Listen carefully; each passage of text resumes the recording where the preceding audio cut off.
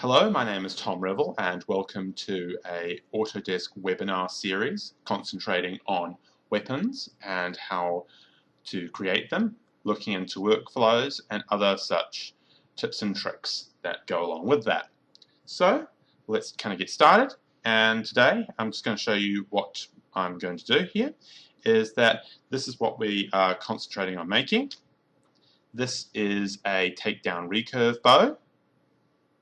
And this is what we're going to be creating today. And as you can see, it's very similar to bows that are used in Far Cry 3 and 4, as well as the Tomb Raider series and somewhat of The Last of Us as well. So let's kind of get into this. So before we get into Maya, I just want to quickly talk to you about reference in regards to modeling. So what traditionally I usually do before I start any project in regards to model making, I go ahead and I raid the internet for all the images that I possibly can. And what I typically do is I look into orthographic images, or as orthographic images as I can possibly find, because it's sometimes a bit hard to try and find those types of images. Now, for this object here, as you can see, I have been looking into various handles of this object, as it were. Now, these images here are great for overall look and feel. I love these, and they're great. I get all Adam Savage over these. And these are so beautiful that I just want to just basically say, oh, it's so awesome. So, and then I kind of look more at these types of images. Now, these are really, really fun images for us because it's actually, as model makers, because it allows us to see all these beautiful silhouettes that are going on. But also, I like these types of images that show you the breakdown of how the object kind of pulls itself together and pulls all these different little sections together. So you can actually start looking into like how do you make a nut, how do you make a screw, etc., etc., if you wanted to go that in depth. But today I'm actually going to be looking at mainly creating a game asset, so it'll be very low res, or as low res as I possibly can make it.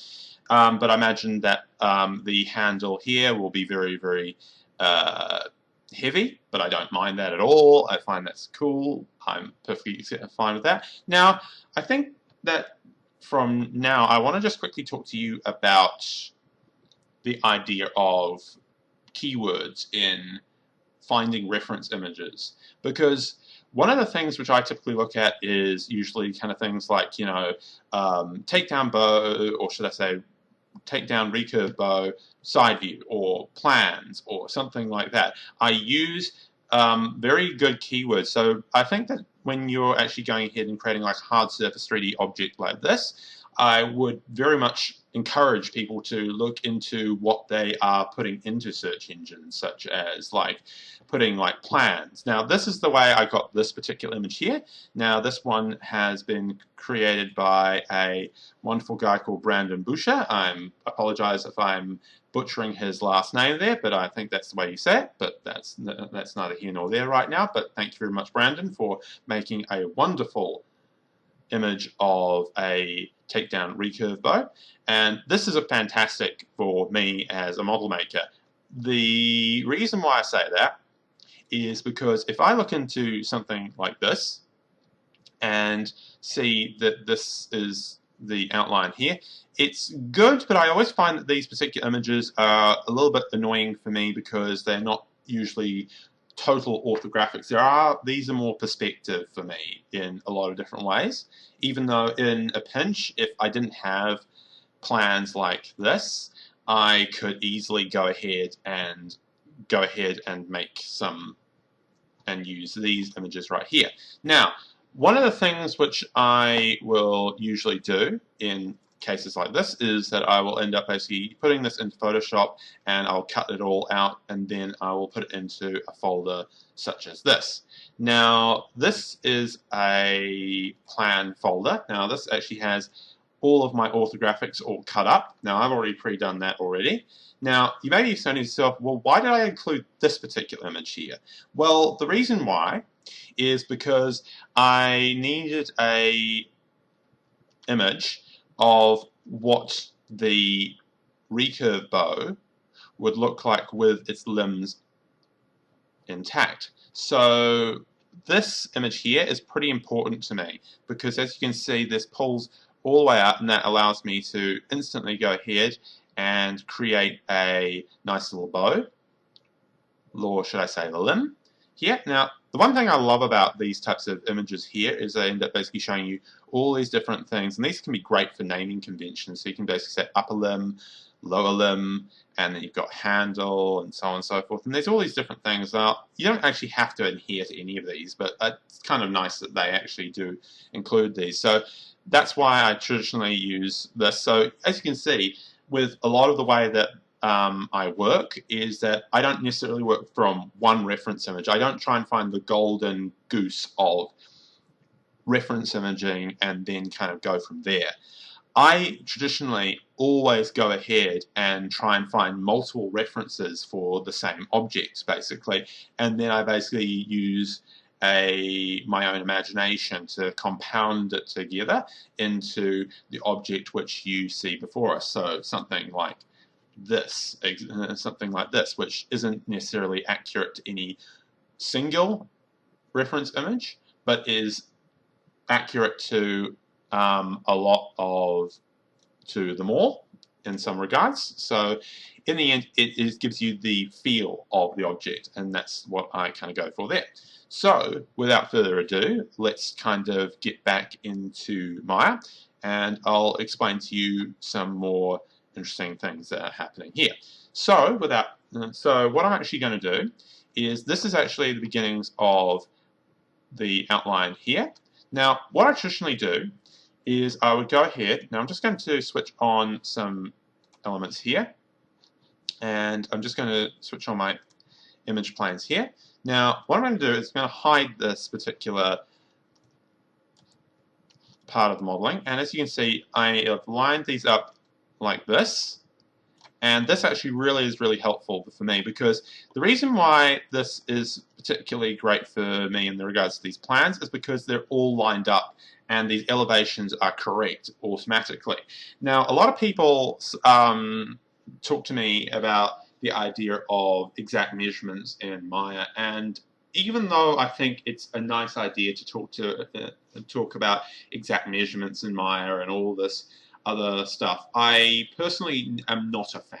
I am one of those people who likes to think that if you've got like a decent reference image, the proportions will be there automatically, regardless of what you end up doing. And unless you're actually making it for a specific film where it requires a certain height or a certain proportion, I usually like just kind of like make it in Maya, don't worry about the scale of the object until the very end of the project, or at least until the end of the blocking out stage of model making. So with this in mind, what I'm going to do is I'm going to show you what I would traditionally do. Now, as you can see, I've kind of already started blocking out this model in this regard here. And what you end up doing for me is I usually just kind of select this, push it through to side view, and line these all up. Now, I traditionally always start with the right view or the left view, depending on what the object is. Now, you may be wondering yourself, why did I choose this particular part of this object here? Well, there's a good reason for that. Now, if I look into these elevation drawings here, now let's just kind of close the rest of these down because it's a bit messy. I don't mind that, but just for sakes here. Now let's just kind of go here. Let's pull this here. As you can see, this is more interesting for me than this side here. Why? Because this side here has a cutout here, and this instantly gives you this nice little cutout here. This is amazing for me, and I love it. So these are the two reference images that I'll use. This might be used later, but I don't care too much about that. So it would be, these are the main things. So I would concentrate on handle for this particular part of the model. Now, I would traditionally just kind of use a cube and then I would go into vertex mode, and then I just do what we all do in our model making processes. We'll just go ahead and start pulling this down, pulling this up, and so on and so forth. And then what I do is I start pulling some. I just kind of go into my modeling toolkit, and this is greatly improved since the last iteration of Maya. I think this has come this particular toolkit has come leaps and bounds, and I think that that's one of the things that Autodesk is doing amazingly well, and I can't wait to see what they do next year. And because every single time ever since I started working on doing model making in Maya, I've always been very frustrated by kind of going ahead and using these menus. As much as these are nice, I love the fact that they've put all these tools into here, because it just makes it quick and easy. Because quite frankly, in the end, I'm not a fan of hotkeys myself. I know that a lot of people are, but I personally prefer kind of more interface tools, and this is a very nice little way in which I can kind of go ahead and quickly model something very, very easily. And I don't have to be worried about taking quick keys all around the place or aliasing them in or something like that. So what I can do is I can start cutting up this model in various sections here. Now, just to speed things up, I'm going to show you what I would traditionally do. In this case, so I'd go from somewhere like this to, I'm just going to hide this, and I'm going to pull this into here. Now, this is something I've done earlier, and I know this is going to sound like a little bit of a cooking show as we go forward, but that's what I'm like. I like to basically have something that's pre-prepared so that you guys can see how easy it is to kind of pull stuff together. Now, what I will say to you right up the front is always be worried about your topology even from the get-go. I wouldn't really worry too much about accuracy, because accuracy and topology are two completely different things. So if you end up having some things like this where it's a little bit off or something like that, I really wouldn't worry too much. Now, what I would also do is I would kind of go ahead and start pulling this together as well. So if I pull this together, you end up basically coming to something like this, and then I would start pulling it even further together. And I'm just going to zip forward to another file right now. Now, the reason why I'm doing this is because I've already pre-created this model, and I just want to show you what you would be doing. So this is another model which I have been creating, or should I say, this is another version of the model that I've been creating. Now, this is the basic blockout for me in regards to this model. It doesn't even have the string in it yet, because I always think that the string is something that would be done later on. And also, do you notice there's something interesting? This section here is actually of a image which we have already downloaded here. Now this is the exact image, and then I've cut it out using Photoshop, and I've stuck it into Maya as another reference image. So as you can see, this is what is happening here, and this actually allows me to kind of get the shape of it as well. So that's what's actually happening there. Now this is awesome for me. The reason why is because I'm going to show you how many reference images that are on this particular model. So as you can see, this is a bit out of line, but it doesn't matter.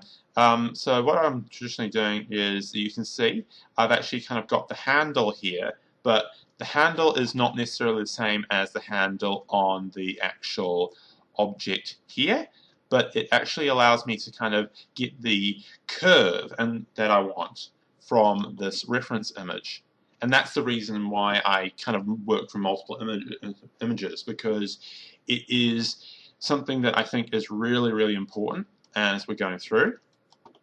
And as you can see, this is nice and curved here, but also the fact is that if I go to the front view, you end up seeing that I have this section here, and even though this isn't exactly accurate, I'm actually able to pull all the taper back into this object here and taper it down until the point here, which I really like, and I can do that all manually, and I don't mind doing that at all.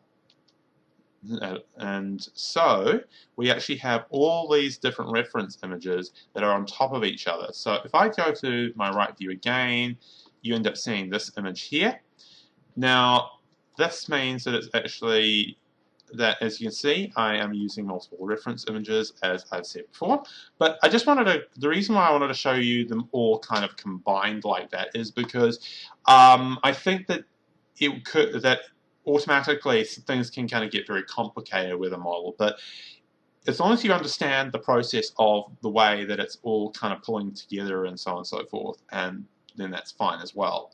So again, I think that's one of the things which a lot of novices to Maya don't entirely understand, because you can use multiple reference images for different for the same model, and it works really well. On another note, actually, let's just kind of quickly talk to you guys about the idea of topology, and I think this is something that needs to be discussed. Now,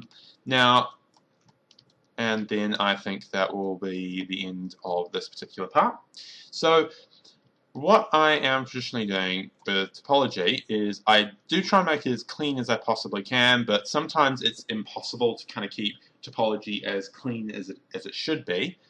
But in general, I think that it generally will look pretty amazing regardless. But let's just kind of concentrate on this edge flow, for example. Now, this is a very integral part to our model. I'm just going to disable the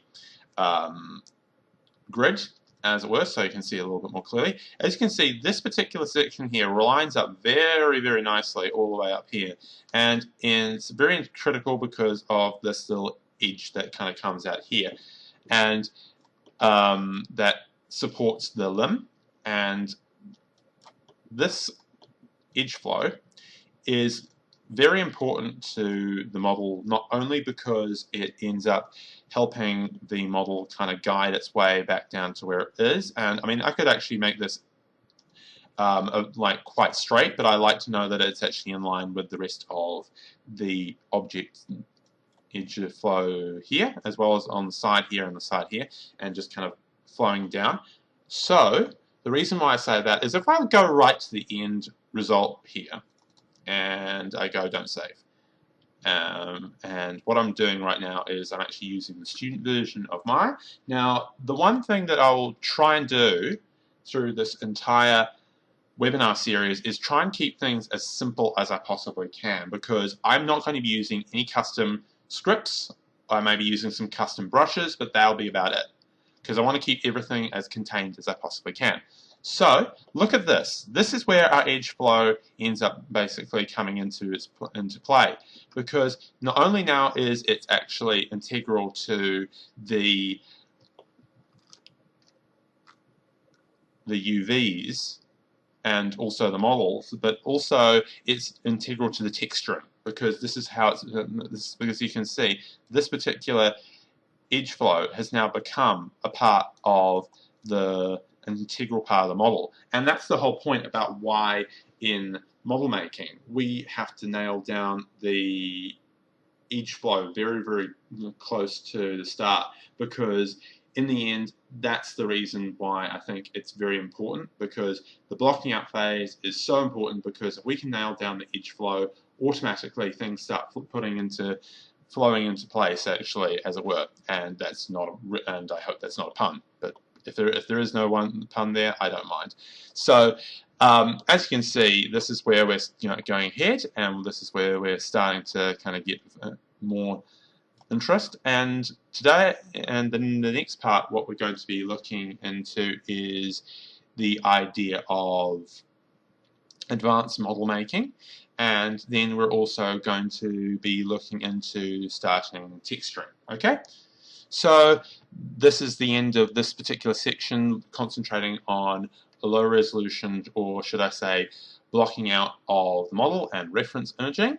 And okay, and this is Tom Revel signing off, and I hope to see you in the next part. Goodbye.